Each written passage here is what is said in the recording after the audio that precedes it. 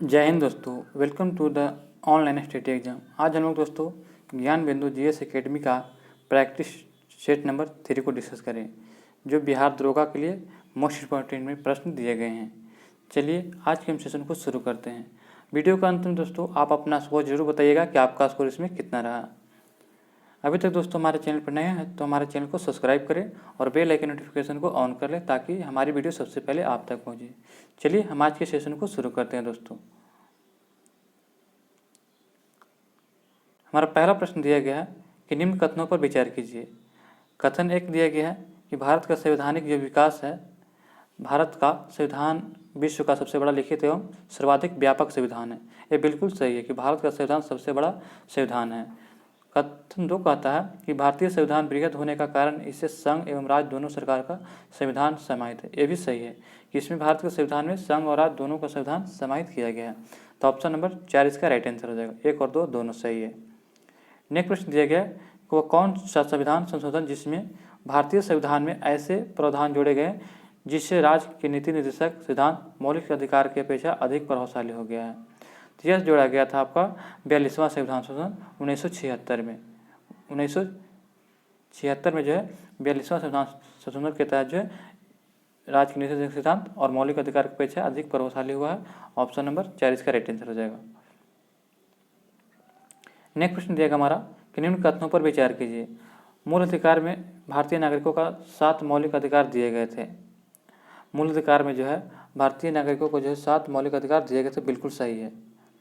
2 कहता है कथन कि वर्तमान में भारतीय नागरिकों को 6 मौलिक अधिकार है। ये भी आपका सही है।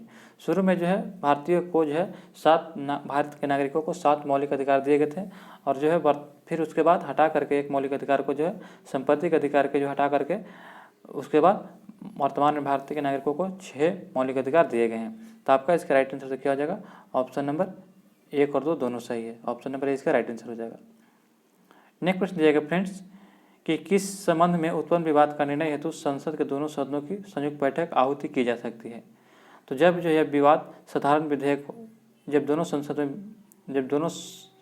के दोनों सदनों में यानी कि लोकसभा और राज्यसभा में जो है अगर बैठक में आहुति की जाती है, विवाद होता है, तो साधारण विधेयक द्वारा जो है उसे ठीक किया जा सकता है। ऑप्शन नंबर 4 इसका राइट आंसर है, साधारण विधेयक।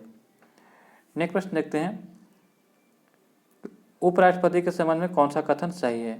तो उपराष्ट्रपति के कथन में जो है यहाँ पे कथन आपका वह संसद का सदस्य नहीं होता। ऑप्शन नंबर 4 इसका राइट आंसर हो जाएगा। ऑप्शन नंबर 4 इसका राइट आंसर हो, लेकिन कथन सही है तो वह संसद का सदस्य नहीं होता, जबकि वह लोकसभा का सदस्य होता है, राज्यसभा का सदस्य होता है और वह किसी भी सदन का सदस्य हो सकता है। ऑप्शन नंबर 4 इसका राइट आंसर है, वो संसद का सदस्य नहीं होता। कथन 4 जो क्या सही है आपका। चलिए नेक्स्ट प्रश्न देखते हैं दोस्तों। 1857 के विद्रोह के संबंध में दिए गए कथन कौन सा कथन असत्य है। तो कथन कौन सा असत्य है? तो 1857 का विद्रोह कानपुर से प्रारंभ हुआ था, ये बिल्कुल गलत है। 1857 का विद्रोह जो है जो पश्चिम बंगाल के जो है मेरठ से जो है मंगल पांडे ने शुरू किया था।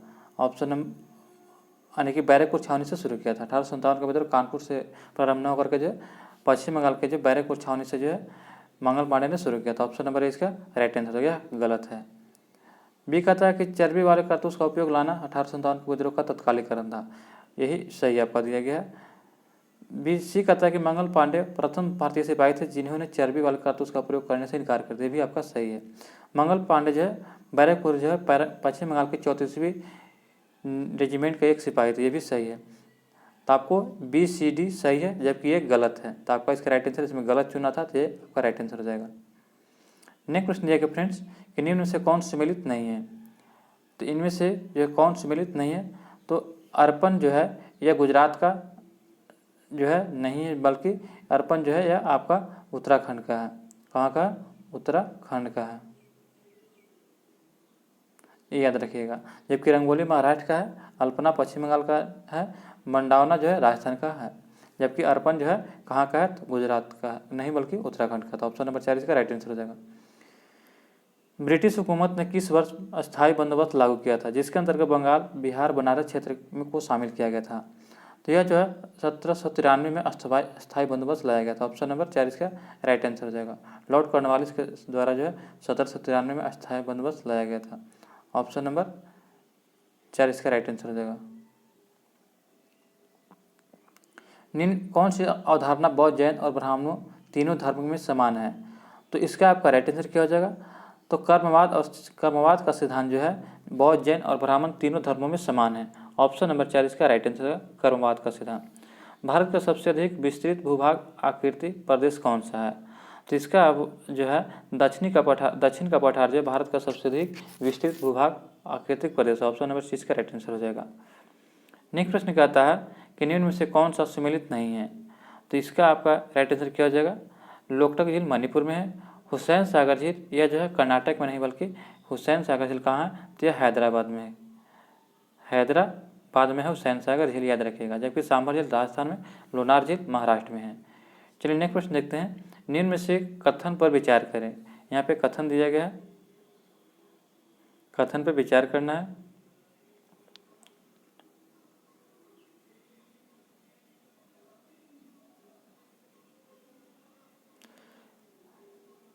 कथन एक कहता है कि भारत में ऊर्जा के लिए जल विद्युत का उत्पादन ताप विद्युत की अपेक्षा अधिक उचित माना जाता है। तो भारत में ऊर्जा के लिए जल विद्युत का उत्पादन जो ताप विद्युत की अपेक्षा अधिक उचित माना जाता है, बिल्कुल सही है। दो कथन कहता है कि जल विद्युत से प्रदूषित कम होता है, जल विद्युत से जो है प्रदूषण कम होता है तथा भारत के प्रायः सभी भागों में सतनीरा नदियों की प्रचुरता है।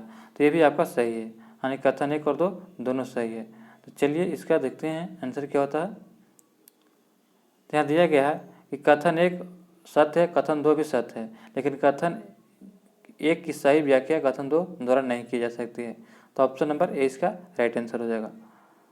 नेक्स्ट प्रश्न देखते हैं कि विश्व नागरिक उड्डयन दिवस कब मनाया जाता है? तो विश्व नागरिक उड्डयन दिवस जो है हम लोग 7 दिसंबर को मनाते हैं। ऑप्शन नंबर सी इसका राइट आंसर हो जाएगा। अगला प्रश्न है कि मानसूनी जलवायु की प्रमुख विशेषता क्या है? तो मानसूनी जलवायु की जो प्रमुख विशेषता इसका है कि वायु की दिशा में मौसमी परिवर्तन। जब वायु की दिशा में मौसमी परिवर्तन होता है तो मानसूनी जलवायु की प्रमुख विशेषता का एक कारण है। अगला प्रश्न है कि चुनाव में पुनर्मतदान कराने का अधिकार किसे है? चुनाव को पुनर्मतदान कराने का अधिकार चुनाव आयोग को जाता है। ऑप्शन नंबर सी इसका राइट आंसर हो जाएगा, चुनाव आयोग को। अगला प्रश्न है कॉलम 1 और कॉलम बी को सही मिलान करना है। चलिए कॉलम जो है कॉलम का देश के प्रथम मुख्य निर्वाचन आयुक्त कौन है? तो देश के जो है प्रथम मुख्य निर्वाचन आयुक्त कौन हो जाएंगे? तो यह सुकुमार सेन थे, और यानी कि 1 का 4 हो जाएगा, यानी घ हो जाएगा। देश के मुख्य निर्वाचन आयुक्त किसे नियुक्त किया गया है? तो देश के मुख्य निर्वाचन आयुक्त के जो है राष्ट्रपति को नियुक्त किया गया है, यानी कि घ हो जाएगा। कांग्रेस पार्टी ने लोकसभा में 405 स्थान प्राप्त किए हैं। तो कांग्रेस पार्टी ने लोकसभा में 405 स्थान कब प्राप्त किए थे? तो यह 1984 में किए थे, यानी कि क हो जाएगा। और TN सेशन जो है यह 1991 के चुनाव से संबंधित है, यानी कि ख हो जाएगा। तो आपका इसका राइट आंसर क्या हो जाएगा? घ, ग, क और ख, यानी कि ऑप्शन नंबर 3 इसका राइट आंसर हो जाएगा। ऑप्शन नंबर 3 इसका राइट आंसर हो जाएगा, घ, ग, क और ख। चलिए अगला प्रश्न देखते हैं। 44वें संविधान संशोधन का मुख्य लक्ष्य क्या था?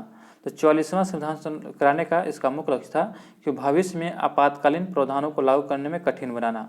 ऑप्शन नंबर 20 का राइट आंसर हो जाएगा। नेक्स्ट प्रश्न है कि निम्नलिखित में से कौन सा कथन सत्य है? तो इनमें से कौन सा कथन सत्य है? तो सांची का चाणक्य को विशाखदत्त के नाम से जानते हैं, ये गलत है। जो कहता है कि सांची का स्तूप बौद्ध धर्म से संबंधित है, बिल्कुल सही है।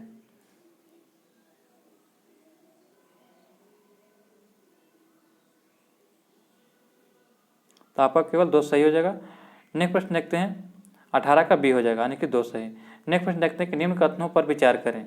तो कथन 1 कहता है और कथन 2 क्या कहता है? तो कथन 1 में कहता है कि समरांगन सूत्रधार पुस्तक के लेखक भोज परमार हैं, बिल्कुल सही है। समरांगम जो है सूत्रधार पुस्तक के लेखक भोज परमार हैं। कथन 2 कहता है कि समरांगन सूत्रधार स्थापत्य शास्त्रों से सम्मानित है, ये भी आपका सही है, यानी कि 1 और 2 दोनों सही है। तो ऑप्शन नंबर 4 इसका राइट आंसर, सभी कथन सत्य है। उस देवस्थान का नाम बताइए जिसमें मुख्य देवता एवं अन्य 3 से भिन्न है। तो उस देवस्थान का नाम बताएं जिसमें मुख्य देवता अन्य तीनों से भिन्न है। तो आपका इसका राइट आंसर हो जाएगा ऑप्शन नंबर सी, यानी कि जगन्नाथ। जगन्नाथ में जो है बलभद्र और सुभद्रा की मूर्ति है, जबकि अमरनाथ विश्वनाथ और केदारनाथ, ये तीनों में जो है शंकर भगवान की मूर्ति स्थापित किया गया, जबकि जगन्नाथ में जो है बलभद्र और सुभद्रा की मूर्ति स्थापित किया गया है। नेक्स्ट प्रश्न देखते हैं, फर्रुखसियर किसके सहयोग से मुगल बादशाह बना था? तो फर्रुखसियर जो है सैयद बंधु के सहयोग से मुगल बादशाह बना था। ऑप्शन नंबर इसका राइट आंसर हो जाएगा। बिहार में प्राय कैसी मिट्टी पाई जाती है? तो बिहार में प्राय जो है आपको जलोढ़ मिट्टी पाई जाती है। ऑप्शन नंबर सी इसका राइट आंसर हो जाएगा। और भारत में जो है सबसे ज़्यादा कौन सी मिट्टी पाई जाती है? तो जलोढ़ी मिट्टी पाई जाती है। नेक्स्ट प्रश्न है कि निम्न में कौन खरीफ फसल नहीं है? तो इनमें से कौन सा खरीफ फसल नहीं है? तो आपको जो है सरसों जो है ये खरीफ फसल नहीं है, जबकि ये जायद फसल है। जबकि चावल, कपास और सोयाबीन कुछ ये खरीफ फसल है।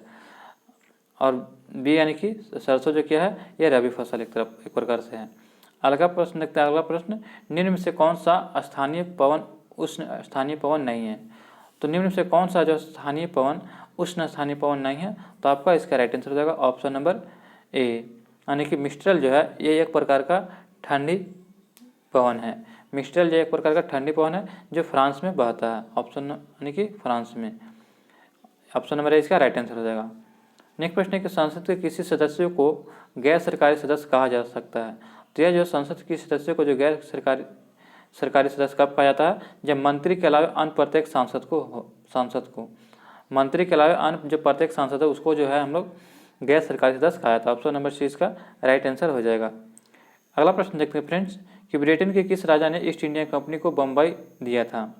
तो ब्रिटेन की जो है राजा का नाम क्या था? तो चार्ल्स द्वितीय ने।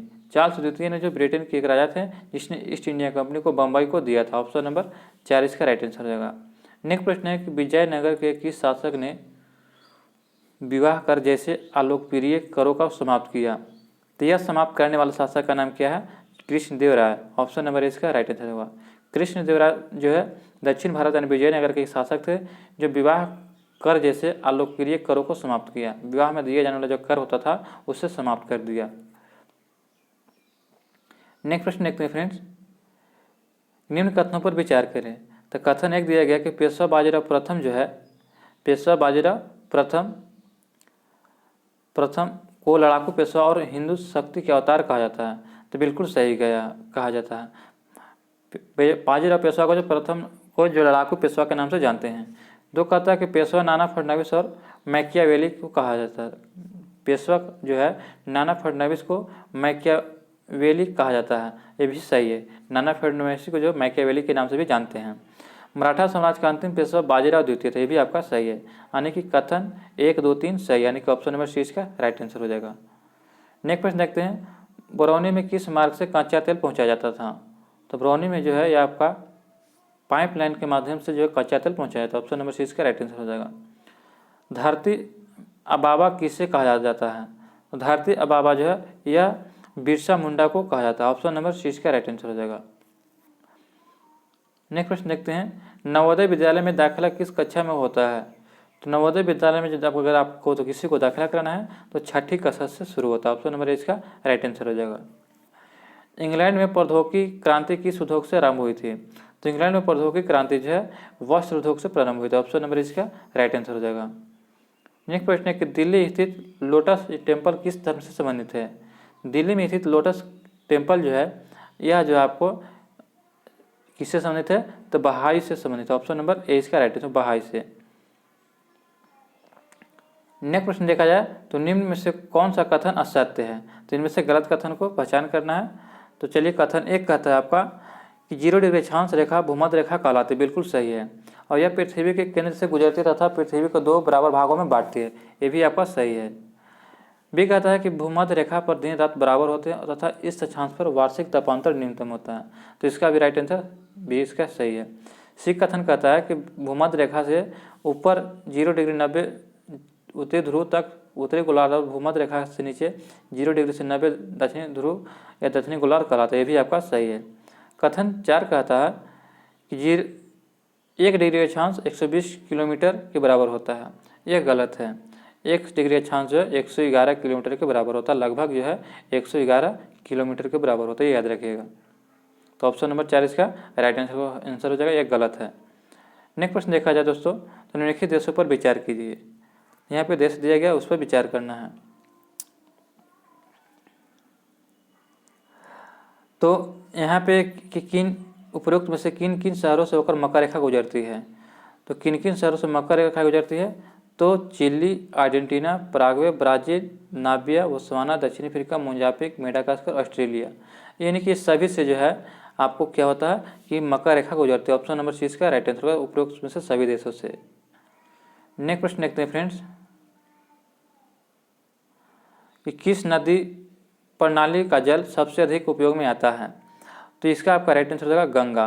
गंगा नदी का जल जब अधिक उपयोग में आता है, ऑप्शन नंबर इसका राइट आंसर हो जाएगा। अगला प्रश्न दिया गया है कि वित्त आयोग के संबंध में दिए गए कथनों पर विचार कीजिए। यहाँ पे कथन दिया गया, उस कथन पर विचार करना है। चलिए, कथन एक कहता है कि अनुच्छेद 280 के तहत राष्ट्रपति वित्त आयोग का निर्माण करता है, यह बिल्कुल सही दिया गया है। कथन 2 कहता है आपका कि वित्त आयोग का गठन 5 वर्ष के लिए की होता है, तो यह भी आपका सही दिया गया। इसका भी 5 वर्ष के लिए वित्त आयोग का गठन किया जाता है। वित्त आयोग का प्रमुख कार्य केंद्र और राज्य के बीच राजस्व का वितरण करना, ये भी आपका सही दिया गया। कथन 4 कहता है कि वित्त आयोग के अध्यक्ष के अतिरिक्त 9 सदस्य होते हैं, यह गलत है। तो आपका इसका राइट आंसर क्या हो जाएगा, 1, 2, 3। ऑप्शन नंबर सी इसका राइट आंसर हो जाएगा, 1, 2, 3। नेक्स्ट प्रश्न है कि भारत के किस राज्य में पहली बार गैर कांग्रेसी सरकार की स्थापना हुआ था, तो यह आपका राइट आंसर हो जाएगा केरल में। भारत का एक केरल राज्य है जहाँ पे पहली बार जो है गैर कांग्रेसी सरकार की स्थापना हुई थी। ऑप्शन नंबर जो है 20 का राइट आंसर हो जाएगा। नेक्स्ट प्रश्न है कि दबाव समूह का प्रधान उद्देश्य क्या होता है, तो इसका जो है प्रमुख उद्देश्य होता है कि अपने सदस्यों के हितों की अभिवृद्धि करना। ऑप्शन नंबर इसका राइट आंसर होगा, अपने सदस्यों के हितों को अभिवृद्धि करना जो है दबाव समूह का प्रधान उद्देश्य है। नेक्स्ट प्रश्न देखते हैं, मंत्रिपरिषद की में वरीयता की दृष्टि से मंत्रियों का सही क्रम क्या है, तो इसका आपका हो जाएगा उप मंत्री, फिर उसके बाद राज्य मंत्री, उसके बाद कैबिनेट मंत्री। सबसे छोटा उप मंत्री होता है, उसके बाद होता है बड़ा राज्य मंत्री, उससे बड़ा होता है कैबिनेट मंत्री। ऑप्शन नंबर इसका राइट आंसर हो जाएगा। अगला प्रश्न देखते हैं दोस्तों कि निम्नलिखित में भारतीय राष्ट्र के उदय का सबसे प्रमुख कारण क्या था, तो भारतीय राष्ट्र के उदय का मेन कारण इसका था आपका कि अंग्रेजी साम्राज्यवाद में के विरुद्ध असंतोष, जो अंग्रेजी साम्राज्यवाद था उनके विरुद्ध असंतोष के कारण जो है भारतीय राष्ट्रवाद में उदय का सबसे प्रमुख कारण हुआ। ऑप्शन नंबर इसका राइट आंसर हो जाएगा। अगला प्रश्न देखते हैं, निम्न में से कौन सा विकल्प सुमेलित नहीं है, तो इसका आपका राइट आंसर क्या हो जाएगा, निम्नलिखित में से कौन सा जो सुमेलित नहीं है, तो ऑप्शन नंबर सी इसका राइट आंसर हो जाएगा। बिरदेश्वर मंदिर जो है यह तमिलनाडु के तंजौर में है। कहाँ है, तंजौर में है, तमिलनाडु के तंजौर में, ये याद रखिएगा, तमिलनाडु के तंजौर में। जबकि कंदरिया महादेव मंदिर खुजराहो में है, रथ मंदिर महापुलरम में है, और जो है महाबोधि मंदिर या बोधगया में है। तो बिदेश्वर मंदिर कहाँ है, तो तमिलनाडु के तंजौर में। अगला प्रश्न देखते हैं फ्रेंड्स, स्वदेशी आंदोलन को पटना के प्रशासित करने में मुख्य रूप से किसका योगदान महत्वपूर्ण रहा, तो यह योगदान देने वाले लियाकत हुसैन। तो ऑप्शन नंबर सी इसका राइट आंसर हो जाएगा। लियाकत हुसैन ने जो स्वदेशी आंदोलन को पटना में प्रसारित करने का इसका मुख्य योगदान निभाया था। ऑप्शन नंबर सी इसका राइट आंसर हो जाएगा। ये वीडियो आपको कैसी लग रही है फ्रेंड्स, आप कमेंट में जरूर बताएं। अभी तक दोस्तों हमारे चैनल पर नए तो चैनल को जरूर सब्सक्राइब कर लें। चलिए अगला प्रश्न देखते हैं, हिटलर ने वर्साई की संधि को किस वर्ष अस्वीकार कर दिया था, तो ये अस्वीकार कर दिया था 1935 में। 1935 में जो है हिटलर ने जब वर्साई की संधि हुआ था तो उसे अस्वीकार यानी कि नहीं मान पाया कि हम ये संधि को, वर्साई की संधि को नहीं मानते हैं। अगला प्रश्न देखते हैं, गांधी जी ने सत्याग्रह आंदोलन को झारखंड में व्यापक बनाने में किस विद्रोह या आंदोलन की महत्वपूर्ण भूमिका निभाई थी, तो यह जो है ताना भगत आंदोलन की प्रमुख भूमिका निभाई थी। ऑप्शन नंबर 4 इसका राइट आंसर होगा, ताना भगत आंदोलन। जिला का सबसे प्रधान न्यायिक अधिकारी कौन होता है, तो जिला का देखा है तो सबसे प्रधान न्यायिक अधिकारी जिला एवं सेशन जज होता है। ऑप्शन नंबर सी इसका राइट आंसर हो जाएगा।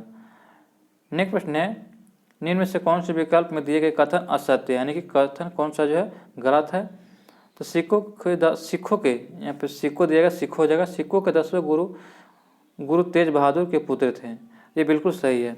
गुरु गोविंद सिंह जो थे तेज बहादुर के 10वें गुरु, तेज बहादुर के पुत्र हुए गुरु गोविंद सिंह जो 10वें गुरु बने। गुरु अर्जुन देव सिखों के अंतिम गुरु थे, ये गलत है। सिखों के अंतिम गुरु कौन थे, तो गुरु गोविंद सिंह थे। तो आपका यही आपका राइट आंसर हो जाएगा कि बी यानी कि गलत है, ऑप्शन नंबर बी। खालसा पंथ की स्थापना गुरु गोविंद सिंह ने किया था, बिल्कुल सही है। गुरु अर्जुन देव ने हरमंदिर साहिब यानी स्वर्ण मंदिर की स्थापना की थी, भी सही है। तो आपका राइट आंसर क्या हो जाएगा, बी हो जाएगा, यह गलत है।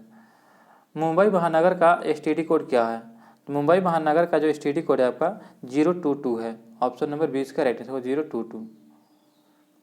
केंद्र शासित प्रदेशों के सबसे कम जनसंख्या किसकी है? तो केंद्र शासित प्रदेशों में सबसे कम जनसंख्या किसकी है? तो यह आपका हो जाएगा लक्षद्वीप का। लक्षद्वीप की जनसंख्या सबसे कम है। नेक्स्ट प्रश्न दिया गया है कि तांबा का सिक्का जारी करने वाला पहला गुप्त शासक कौन था? तो रामगुप्त के द्वारा जो तांबा का सिक्का सबसे पहले जारी किया गया था। ऑप्शन नंबर सी इसका राइट आंसर हो जाएगा। नेक्स्ट प्रश्न है कि वैश्विक शांति सूचकांक 2022 में भारत का स्थान क्या है? तो वैश्विक शांति सूचकांक 2022 में भारत का स्थान आपका क्या है? तो 135वां। ऑप्शन नंबर सी इसका राइट आंसर 135वां है। नेक्स्ट प्रश्न देखा जाए तो क्या है, हाल ही में किस राज्य ने फैसला लिया कि उसकी सभी स्टेट यूनिवर्सिटी में राज्यपाल की जगह मुख्यमंत्री चांसलर होगा? तो यह निर्णय लेने वाला कौन था? तो पश्चिम बंगाल। पश्चिम बंगाल सरकार ने जो हाल ही में फैसला लिया है कि उसके सभी स्टेट यूनिवर्सिटी में राज्यपाल की जगह मुख्यमंत्री चांसलर होगा। नेक्स्ट प्रश्न हमारा दिया गया है कि हाल ही में अकेले दक्षिणी ध्रुव पर पहुंचने वाली पहले भारतीय मूल की महिला कौन बनी? तो यह महिला कौन थी? तो हरप्रीति चंडी। ऑप्शन नंबर 4 इसका राइट आंसर हो जाएगा। हरप्रीति चंडी जो है अकेले जो है दक्षिणी ध्रुव पर पहुंचने वाली भारतीय मूल की महिला बनी। ऑप्शन नंबर 4 इसका राइट आंसर हो जाएगा। नेक्स्ट प्रश्न हमारा दिया गया है कि भारत में पहले 3D नेत्र शल्य चिकित्सा सुविधा का उद्घाटन हुआ है, तो कहाँ किया गया है? तो चलिए इसका राइट आंसर क्या हो जाएगा? इसका उद्घाटन जो है चेन्नई में किया गया। ऑप्शन नंबर 20 का राइट आंसर चेन्नई में। 20 नवंबर 2021 को लाचिस दिवस कहाँ मनाया गया? तो यह मनाया गया था आपका असम में। ऑप्शन में जो 20 नवंबर 2021 को लाचिस दिवस मनाया गया। ऑप्शन नंबर ए इसका राइट आंसर हो जाएगा। अगला प्रश्न है कि भारत में मौद्रिक नीति कौन बनाता है? तो भारत में मौद्रिक नीति जो भारतीय रिजर्व बैंक के द्वारा RBI के द्वारा बनाया जाता है। ऑप्शन नंबर सी इसका राइट आंसर हो जाएगा। अगला प्रश्न देखते हैं कि निम्न कथनों पर विचार कीजिए। यह कथन दिया गया, कथन एक कहता है, कथन एक है कि बंद अर्थव्यवस्थाओं वे अर्थव्यवस्था होती है जिनकी अन्य अर्थव्यवस्थाओं के साथ कोई आर्थिक संबंध नहीं होता है। तो यह क्या हो जाएगा? तो बिल्कुल सही है। दो कहता है कि भारत की अर्थव्यवस्था बंद अर्थव्यवस्था, यह बिल्कुल गलत है। यानी कि एक सही है, दो गलत है। तो ऑप्शन नंबर जो है ए इसका राइट आंसर हो जाएगा। अगला प्रश्न है कि राज्य कमेटी किससे संबंधित है? तो राज्य कमेटी जो है यह आपका कृषि से संबंधित है। ऑप्शन नंबर ए इसका राइट आंसर हो जाएगा। विदेशी मुद्रा का अवैध कारोबार क्या कहलाता है? तो विदेशी मुद्रा का अवैध कारोबार को हम लोग हवाला के नाम से जानते हैं। ऑप्शन नंबर ए इसका राइट आंसर हवाला। अवसर लागत का अर्थ क्या होता है? तो अवसर लागत जो है वह लागत होता है जो वैकल्पिक प्रयोग की लागत होता है। ऑप्शन नंबर इसका राइट आंसर होगा। अवसर लागत जो वैकल्पिक प्रयोग की एक लागत है। ऑप्शन नंबर इसका राइट आंसर हो जाएगा। नेक्स्ट प्रश्न देखते हैं, वर्णांता में रोगी की पहचान नहीं कर पाता है। जब किसी वर्णांता व्यक्ति को जो है रोगी जो होता है वह जो है आपको लाल और यानी कि ऑप्शन नंबर जो है सी इसका राइट आंसर होगा। लाल और हरे रंग का जो प्रकाश नहीं पहचान पाता है। वर्णांता रोगी को जो है लाल और हरा रंग में फर्क करने में कठिनाइयाँ होती है। ऑप्शन नंबर सी इसका राइट आंसर हो जाएगा। नेक्स्ट प्रश्न है कि शरीर में भोजन का पचना किस प्रकार की क्रिया है? तो शरीर में जो भोजन पचता है वो ऑक्सीकरण अभिक्रिया के दौरान पचता है। ऑप्शन नंबर 20 का राइट आंसर होगा ऑक्सीकरण।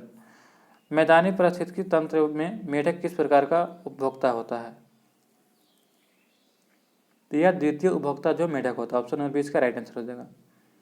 नेक्स्ट प्रश्न देखते हैं कि SO2 गैस पानी में घुलकर कौन सा अम्ल बनाता है? जब SO2 जो है जब पानी में घुलता है तो कौन सा गैस बनाता है?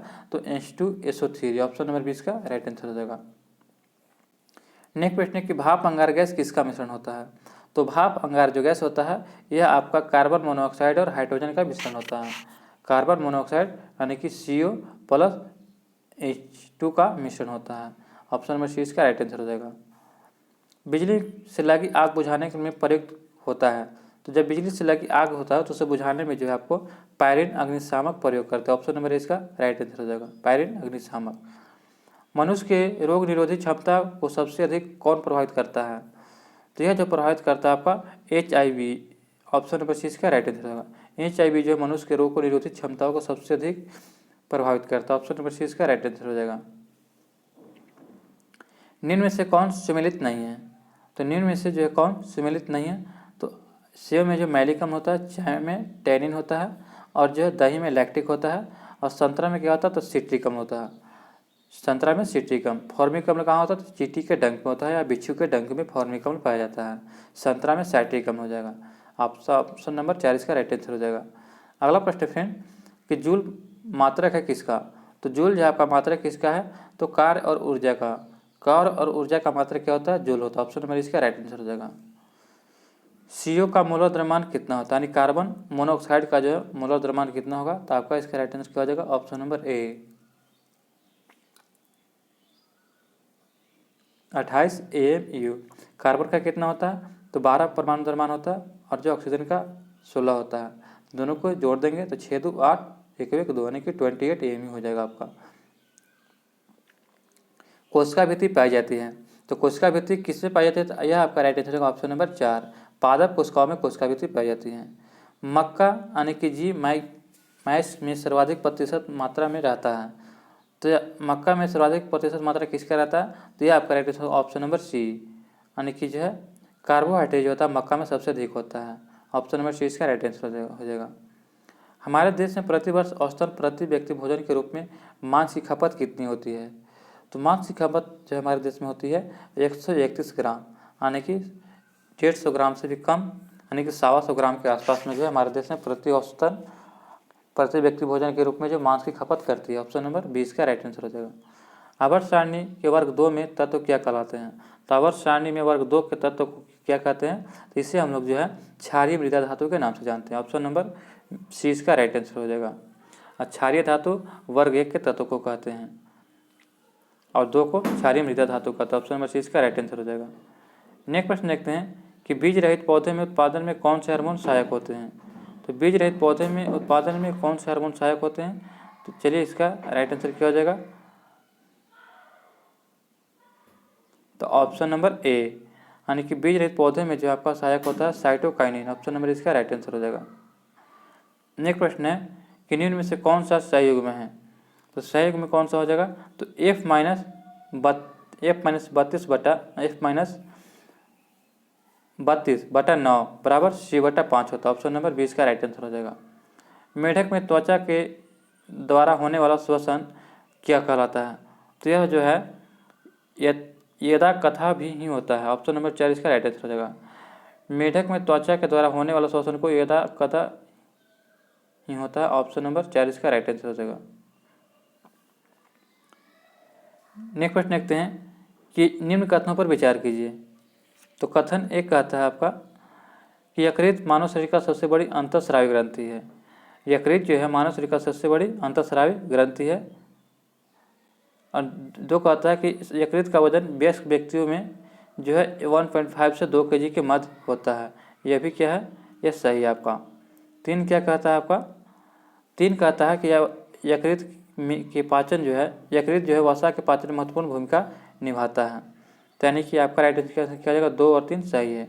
ऑप्शन नंबर 20 का राइट आंसर हो जाएगा।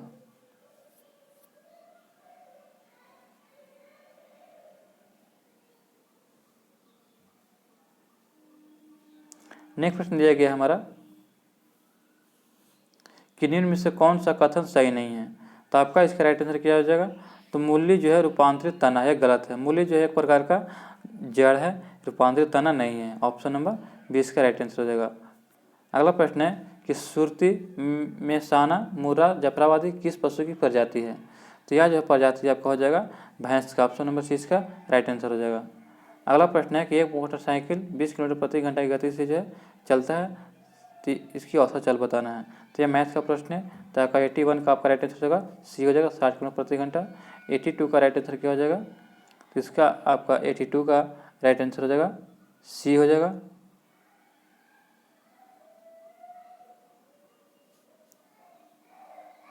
इसके बाद यहाँ से हो जाएगा एक घड़ी की सूचित कीमत इसका, यानी कि 83 का राइट आंसर क्या हो जाएगा आपका? तो इसका 13% हो जाएगा। 84 का आपका राइट आंसर क्या हो जाएगा? तो 84 का आपका राइट आंसर होगा ऑप्शन नंबर 4 हो जाएगा, यानी कि 2/45 हो जाएगा। और 85 का आपका राइट आंसर क्या हो जाएगा? तो ए हो जाएगा, यानी कि 1.89 रुपीज़। 86 से देखते हैं दिल्ली सरकार ने कब तक यमुना नदी को साफ करने का लक्ष्य रखा है? तो दिल्ली सरकार जो यमुना नदी को 2025 तक साफ करने का लक्ष्य रखा। ऑप्शन नंबर सी इसका राइट आंसर हो जाएगा। पुस्तक द मोकहूड ट्रांसफॉर्मर उत्तर प्रदेश के लेखक कौन है? तो इसके लेखक हैं आपको Shantanu Kumar. Option number C इसका राइट आंसर हो जाएगा, शांतनु कुमार। निम्नलिखित में से किसका मिलान गलत है? तो इसका जो आपका राइट आंसर क्या हो जाएगा? डुरांडर कप बेंगलुरु एफसी द्वारा होता है। 75वां संतोष ट्रॉफी केरल में हुआ था। Indian super league Hyderabad FC द्वारा हुआ है। और जो है आपका यूफा चैंपियनशिप जो है या चेल्सी में नहीं बल्कि रियल मैड्रिड में हुआ था। ऑप्शन नंबर 4 इसका राइट आंसर हो जाएगा। मदर टेरेसा मेमोरियल अवार्ड 2021 में किसे सम्मानित किया गया? तो यह जो सम्मानित किया गया अनिल प्रकाश जोशी को, विद्युत मोहन को और रिद्धिमा पांडे को। ऑप्शन नंबर 4 इसका राइट आंसर, इनमें से सभी हो जाएगा।